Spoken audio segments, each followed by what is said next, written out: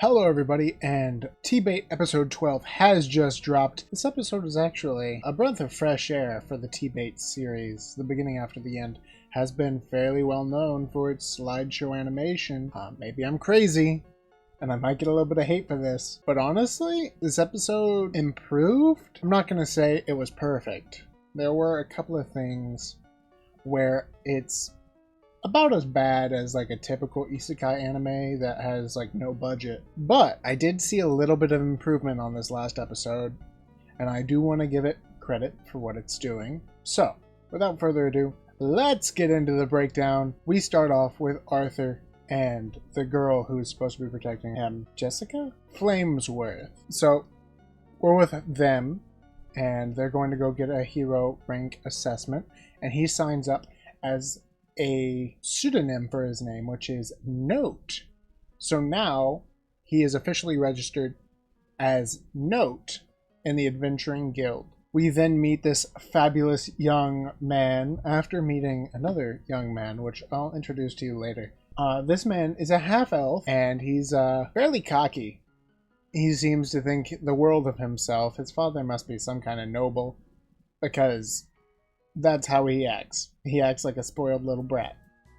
After that noble has his little tantrum and Arthur stops him, we get to see Arthur as Note actually fight someone fairly high up.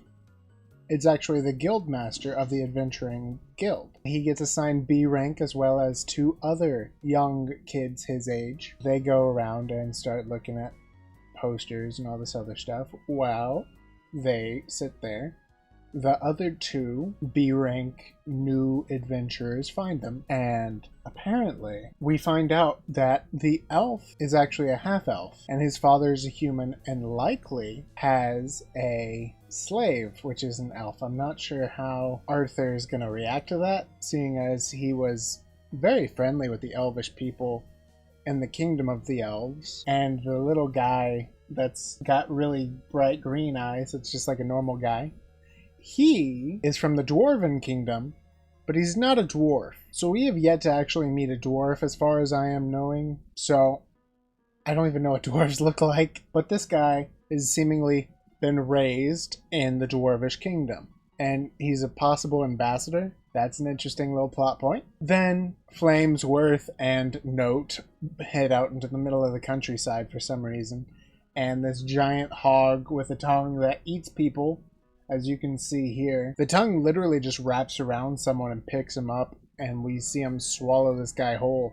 So this hog, with like bone protruding from all over its body, is not something to be messed with. Of course, after Miss Flamesworth has been struggling trying to kill the hog for a couple of minutes, Arthur just kind of chimes in, and we see like a hint of his past self.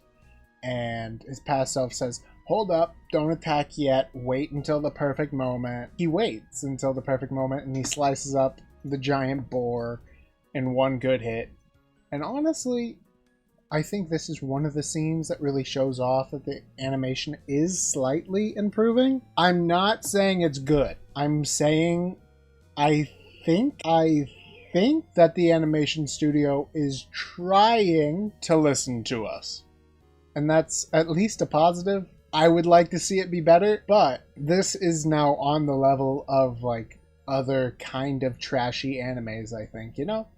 So it does not undo what they've done, and we should be very critical of them for what they have done to this series, but it's possible that they're trying to go in a good direction.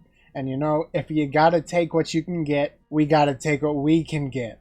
So let's hope that this series is going in a better place, because season 2 is likely going to be coming out pretty soon. Let's continue to hope. We then have a cut to Tessia, who is sitting here. She has been spying on Art since he left. She has been spying through the orb the entire time, and I can only imagine Art knows.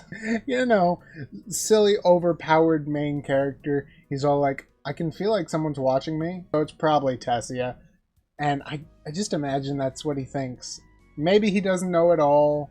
Maybe he knows. Who knows? I can't tell you.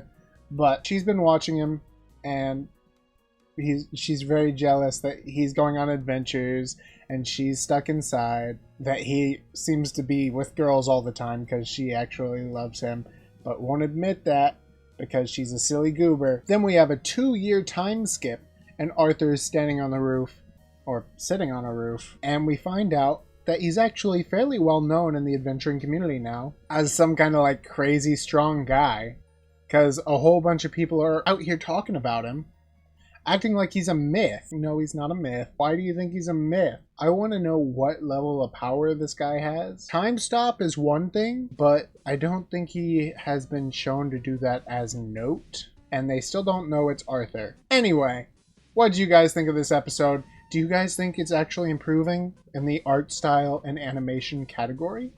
Or do you think I'm crazy, I'm coping, and I've probably just been a little out of it, and I'll just take anything as long as it's slop? Go ahead and leave your thoughts in the comments, and like and subscribe if you like this kind of content. Until next time, you guys have a blessed day.